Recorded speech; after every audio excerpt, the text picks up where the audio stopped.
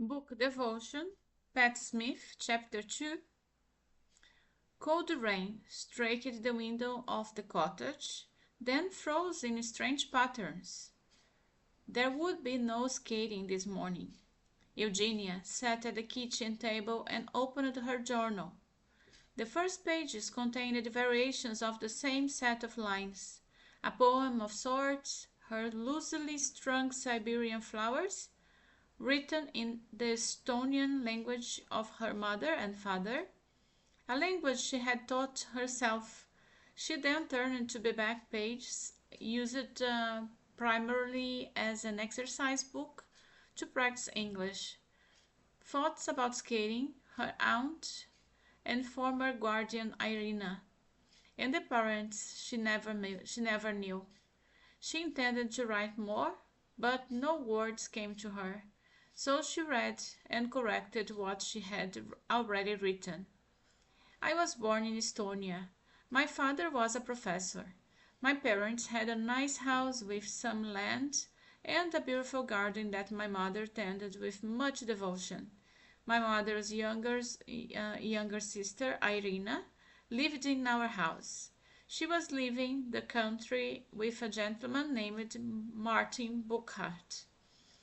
He was twice Irina's age and very rich. My father had a sense of impending danger. My mother had no much sense. She saw only good in people. My father entreated Martin to take me with them.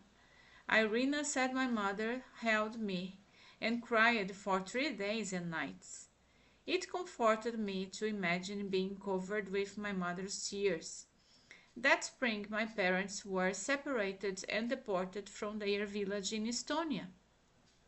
My mother was sent to a Siberian work camp, but nothing is known about what happened to my father. I have no memory of these things. I only know that what Irina has told me. Not the names of my parents or our village. Martin believed it was too dangerous. Everyone was afraid then, even after the war was over. But I was only a child and feared nothing.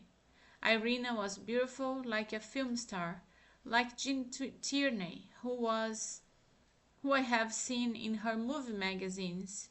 Her overbites the same, and the way she waved her hair. Martin took care of our papers, rations, and gave me his surname. He took care of everything. He was entranced by Irina's beauty, as someone with an object in the museum behind a wall of glass. She could be somewhat haughty, but that seemed to amuse him, and he bought her many presents. Martin took great interest in me as I grew. He bought me a doll and pretty dresses. I had ballet lessons and a tutor who assured him I was excelling academically. On my 5th birthday, he took us to a nice pageant. I remember this most of all. After I saw the skaters, I cried for 3 days and 3 nights. I cried as my mother cried. Perhaps I recognized my destiny, but I was too young to fully comprehend what that meant. Unable to resist tears, Martin soon bought me skates and a white muff for my hands with a matching hat. When I first stepped onto the ice, I faltered, not out of fear but excitement. But something wonderful happened. Everything I needed was revealed to me in a split second, like suddenly knowing all the answers to a difficult test, or the exact route to an impossible destination. I saw it all before me, in an instant that instantly disappeared, yet made its mark. I intuited that when I was ready, I held the key. I did not well that soon skating lessons were added to ballet, and not too long after, ballet slowly abandoned. I had what I needed from it. I would simply synthesize ballet and skating. After that, it was the same with everything. Martin taught me to play chess. I was a worthy opponent, but I didn't care about winning. I was mostly interested in the moves and how I could incorporate them in a routine.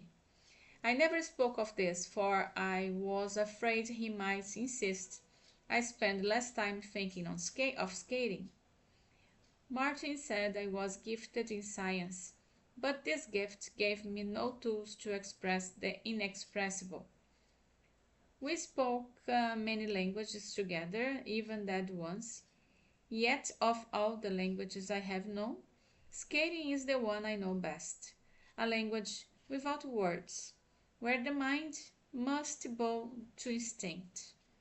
And then everything changed. Martin died suddenly from a stroke of the heart. We weren't allowed to go to the funeral.